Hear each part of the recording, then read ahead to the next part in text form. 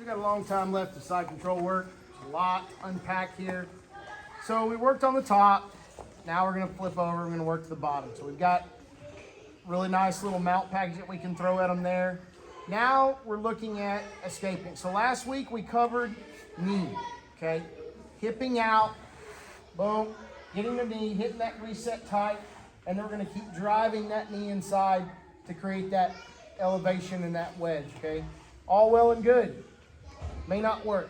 We may not have the physical ability for whatever reason to create enough space to hip and get that knee underneath there. Okay, a lot of times we find that guys will grab either the hip like I do. Okay, if they grab that hip and they really lock you in this way, that escape is going to be void. Okay, it's not going to be one that you can use. Now there's a couple things we can do.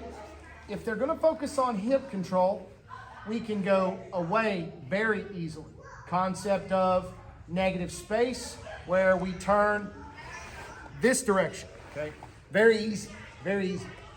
So we'll get into that concept a little bit later on, probably next week, but what I will tell you right now is that the escape that we're looking at, we can start using negative space to help us set these things up. Be very conscious of when a person starts to control your hip, when they forego controlling your head in a seatbelt position, i.e. that under the head and then under the arm. When they bail on that and they start controlling your hip, I'm going to tell you something here. You start to feel this, understand they're probably a much higher level grappler, all right? And they understand the concept of how to fight your upper body versus your lower body for control. They're probably going to be very adept at moving on top. So we have to recognize this right out of the gates. This hip control is a really, really good indicator of who you may be dealing with. If it's a street situation, obviously, if it's not, and you're in a tournament or you're grappling here with somebody that's your same level, this is going to basically cause you to have to use an entirely different set of escapes. Okay. So we just talked about earlier that if I turn and he stays on this hip, that it turns him. I've got a couple options here. If he's not trying to control at the top really, really heavily, then this arm and this arm can start to do some different things. I don't have to stay right here in the side and under the chin, because what is this right here? What does this mainly prep me to do? Huh? Get the knee in. Yes, this grip right here is a preparatory setup for this pretty much only, okay? Under the chin, turn this way. So there's really not a reason to stay here if I don't have any intentions of using that knee in escape. Doesn't do me any good whatsoever, okay? So I've got a couple choices.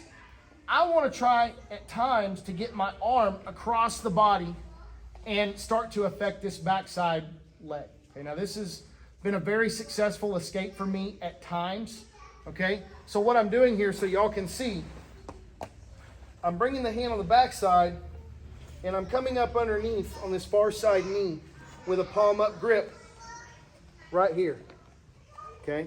Inside this knee. This is where I'm grabbing. So, getting my hand underneath, I find that the easiest way is to C-clamp under this and get my hand flat to my chest. Don't try to pull your arm and shove it this way. There's not enough space. Punch just a little bit to get my hand flat to my belly. Now I can bump again and my hand is going to sweep down my chest like this, sweeps down. And now I've gotten in here to this underside of this knee, okay? So what I'm going to do now is if he's going to stay on this side of the hip, okay, I'm going to use this grip here, which he's wanting. He wants that grip, all right? That helps me to now affect this side of his body. So I come over the top, and I'm just going to grab at the tricep. One of the first things he's going to think about is, what the hell is he doing? Like, he really will. He'll think, what is he doing? If he's anchoring this really, really hard, especially if he starts here and he's pulling that elbow to his side, he's wanting to keep me from scooting my hips out. You don't want that. He's already prepped to where if I do happen to scoot my hips out, his elbow goes to the mat to block the knee. He's aware of that. That's there. So I'm going to go ahead and I'm just going to grab over this where he's already got it. Now I'm not going to bridge over, I'm going to bridge up. Everybody watch on this side. And notice what happens. Okay? There's two ways to do this. One way is coming right over the top of the arm, armpit. Now I'm going to do something really, really sneaky here. I'm going to drop this leg and prepare it to do what? I'm going to bridge and I'm going to curl. Never had to do anything. Never did a thing. Nothing. Never turned. Nothing. Okay, so I got my hand underneath. I'm just kind of hanging out. He's playing this heavy hip control thing. Come right over the top. Leg goes down.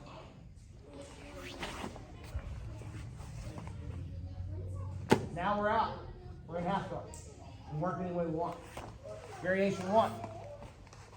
If I come down here, okay, and grab, and he somehow manages to, he sees this, he's like, nah, you're not going to grab that arm. He starts fighting over the top, or he starts doing something really, really weird, and he's not going to stay in that position. Okay, what I'm going to do is I'm going to bail on that, let him go back to that grip. I'm fine with that. He's not going to let me have the armpit. He's going to keep hiding it. Maybe I can't get a good grip here. Now I'm going to come over the backside. And I'm going to grab this grip. Same thing, right? Because what I don't want is if I just don't do anything with this hand and I start to bridge, he'll just post this hand out here and stop that. Becomes a problem. I just need a little. So if he won't give me this, he's hiding that elbow and I can't really get any leverage here and I'm blocking the knee on belly attempt, okay? Because this leg's not going to go down until I'm ready to go. I come over the back, grab here, so that he can't do what? Post. No post. Now the leg's going to drop. I'm underneath. Okay? Just a quick little bump. I have to drop my leg down, and what you'll notice is the second that I get him up, I just cant my hips a little way. Okay? The reason I do that is because when I turn my hips this way, it allows my knee to come up the mat at its lowest point. If I leave my hip this way, start trying to pull my knee up, it has a tendency to come this way, unless I've got really open hips, which most people don't, not even me, and can bring it like this. So I want to just shift just a little, and then I'm going to bridge, and that knee is going to slide at its lowest possible angle right up underneath the knee. Most of the time, you'll be able to get this grip. Okay? Another alternative grip you can get is right here. If you want to grab this, you can. All right? Another thing I can do, I can pull this one out.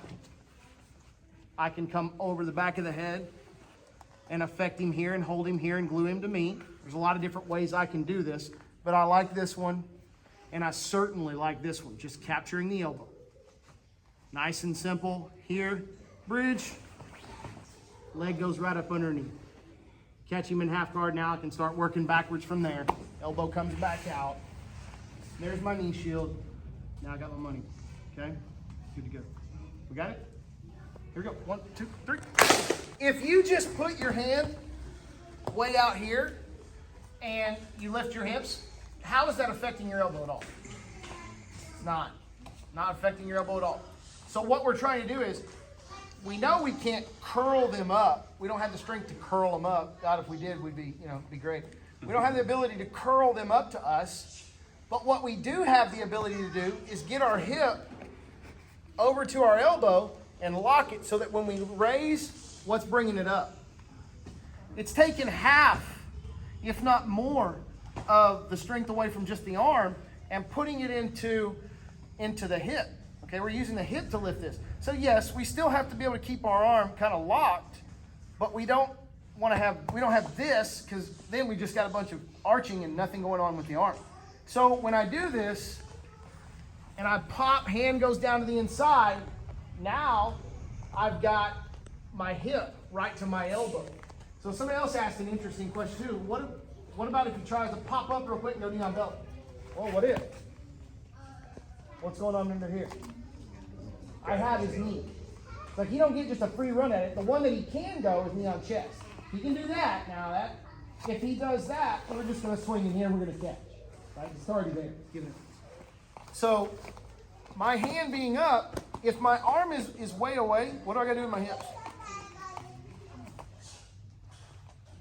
All right, so get underneath. Now the hand is at the hip, okay? Some of you guys have long enough arms. I got these little T-Rex arms that just don't work.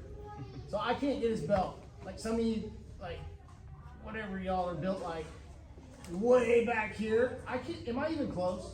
No. All right, brilliant, huh? So it don't work, it doesn't do me a lot of good to go, let's grab his belt, because I can't, my arm's too short.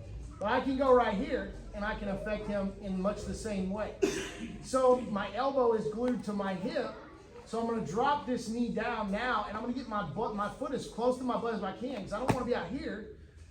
I want my foot in close because I may need to slide my hips this way if he tries to go around the head. He's not just gonna stay there. If it's quick, I'm underneath.